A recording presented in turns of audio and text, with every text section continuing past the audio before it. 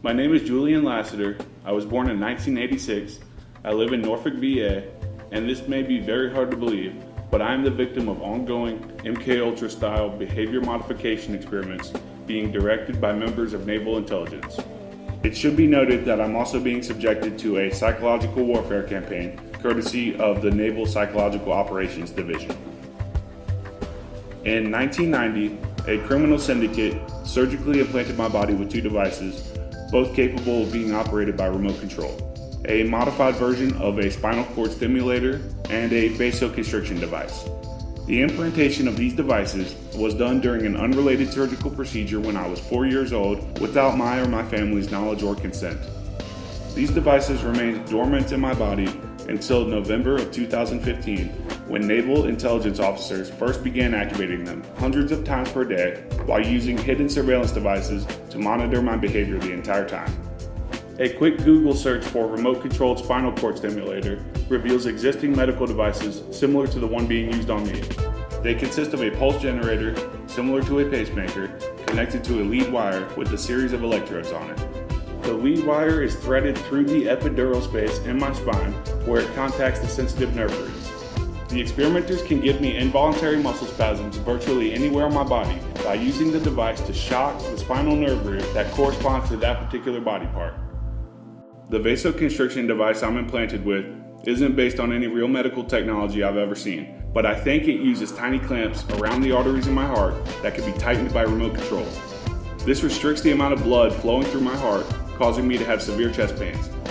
Theoretically, this device could be used to prevent any blood from reaching my heart, killing me probably within a matter of minutes.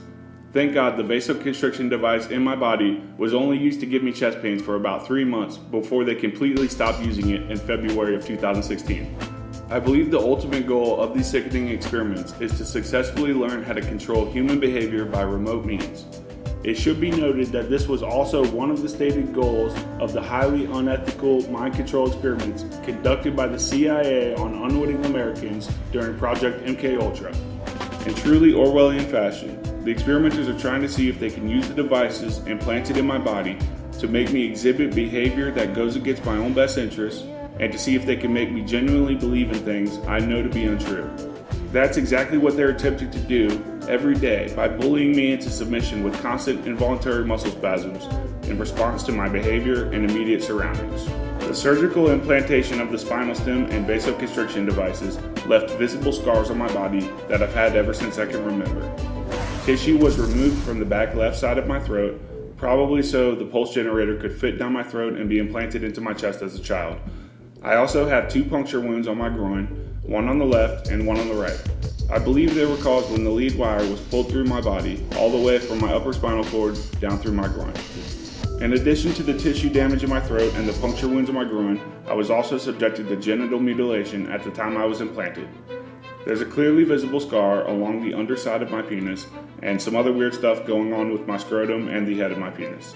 I plan on having these scars examined by a gynecologist as soon as possible.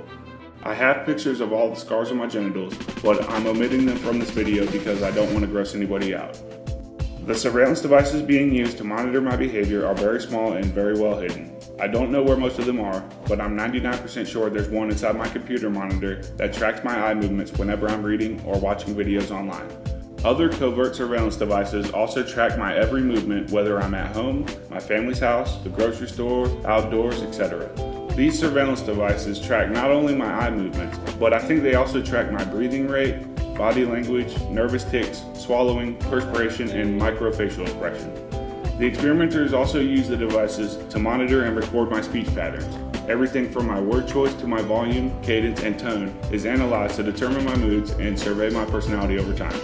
This advanced surveillance technology is essentially a polygraph test on steroids and is far more accurate than the older polygraph machines you see in the movies. In addition to the behavior modification experiments being directed by naval intelligence, Navy PSYOPs personnel carry out minor psychological operations against me daily. These operations are designed to isolate, intimidate, demoralize, and discredit me in subtle ways that compound the stress already being induced by the constant muscle spasms. Information warfare tactics are also used in order to suppress information about these experiments from reaching the general public or the media. The NSA almost always censors, blocks, or redirects my attempts to contact people by phone or over the internet. The only people the NSA allows me to contact by phone and internet are my doctors, my sister, my mother, and my father-in-law. Other than them, I can only reliably communicate with people in person.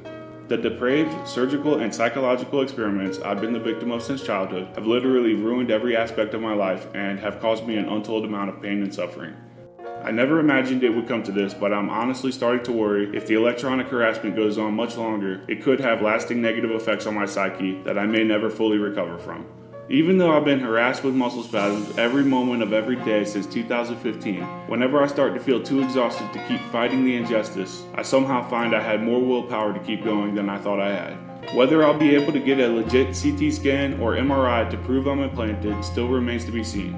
But as long as there's breath in my lungs, I will use it to expose the cruel and unusual punishment I've been subjected to as a child and as an adult. The way I see it, I don't really have much of a choice.